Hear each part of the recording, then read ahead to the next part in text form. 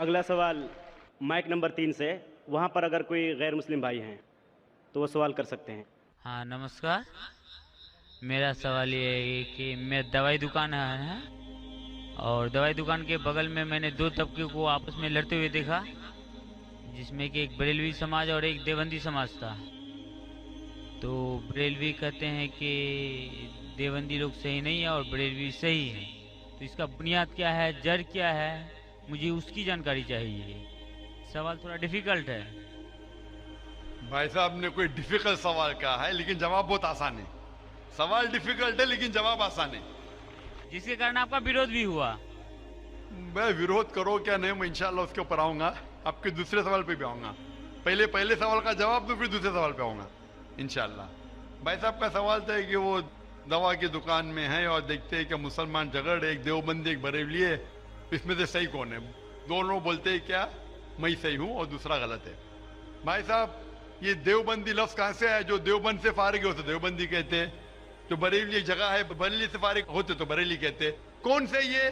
وہ مسلمان صحیح ہے جو قرآن پہ عمل کرتا ہے، جو قرآن اور صحیح حدیث پہ عمل کرتا ہے، چاہے دیوبندی ہو، بریلوی ہو، ندوی ہو، مدنی ہو، کوئی بھی ہو، کدھر سے بھی ہو، ہندوستانی ہو، امریکن ہو، سعودی ہو، جو قرآن کے پیغام پہ عمل کرے، جو اللہ نے فرمایا اس کے اوپر عمل کرے اور اللہ کے رسول کی صحیح حدیث پہ عمل کرے، وہ صحیح ہے۔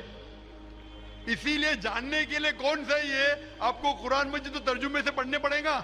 اگر قرآن مجید ترجمے سے نہیں پڑھیں گے تو مشکل ہے جاننے کے لیے کون صحیح ہے کون غلط ہے۔ تو میری تقریر کی بنیاد تھی یہ، سوال مشکل تھا، جواب بہت آسان ہے۔ جو قرآن پہ عمل کرے اور اللہ کے رسول کی صحیح حدیث پہ عمل کرے وہ لوگ صحیح ہے۔ آپ کا دوسرا سوال، یہی لوگ نے آپ پہ تنقید کی۔ بھائی صاحب ہاں دوسرا سوال میرا سن لیجیے۔ بھائی صاحب میرا جواب تو پہلا سنو نا۔ آپ نے بولے کہ لوگ تنقید کرتے ہیں، ایک اصول ہے کہ جو بھی مشہور ہے اس کے اوپر لوگ تنقید کریں گے۔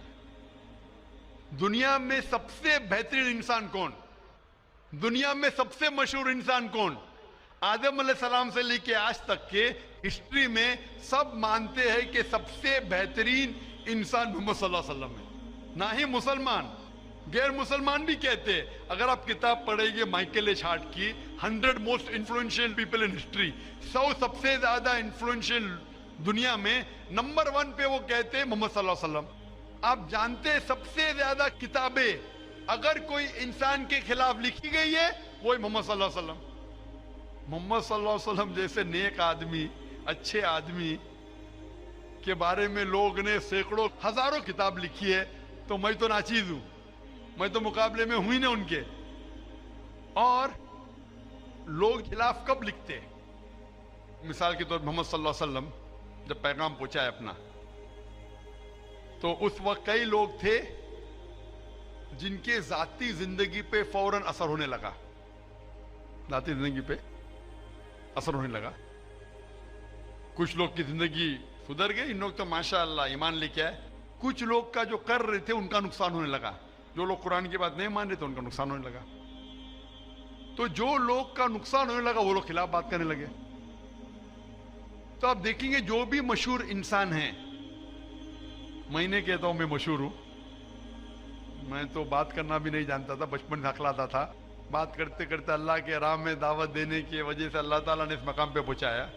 نہ ہی میں اپنے آپ کو عالم کہتا ہوں، میں تو طالب علم کہتا ہوں اپنے آپ کو، لیکن کیونکہ میں جو بھی بات کہتا ہوں قرآن مجید کے حوالے سے کہتا ہوں، جو بھی بات کہتا ہوں حدیث کا حوالہ دیتا ہوں۔ آج بھی جو تقریر میں نے کہا حوالہ دیا نا، میں انسان ہوں، غلطی کر سکتا ہوں، غلط ہے تو آپ آ کے بول سکتے ہیں۔ ذاکر بھائی آپ نے جو حوالہ دیا سورہ قمر کا سورہ نمبر 54 آیت نمبر 17، 22، 32، 40 میں نہیں لکھا ہے وَلَقَدْ يَسَّرْنَا الْقُرْآنَ لِلذِّكْرِ فَهَلْ مِن مُدَّكِرٍ؟ آ کے بولو۔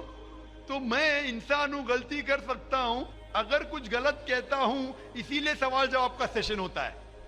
لیکن جو لوگ مجھے غلط ثابت نہیں کر سکتے تو ڈھونڈتے ہیں کچھ چیز کو پکڑے جس کو توڑ مروڑ کے پیش کرے، لوگ کے سامنے میرے بارے میں غلط فہمی پیش کرے۔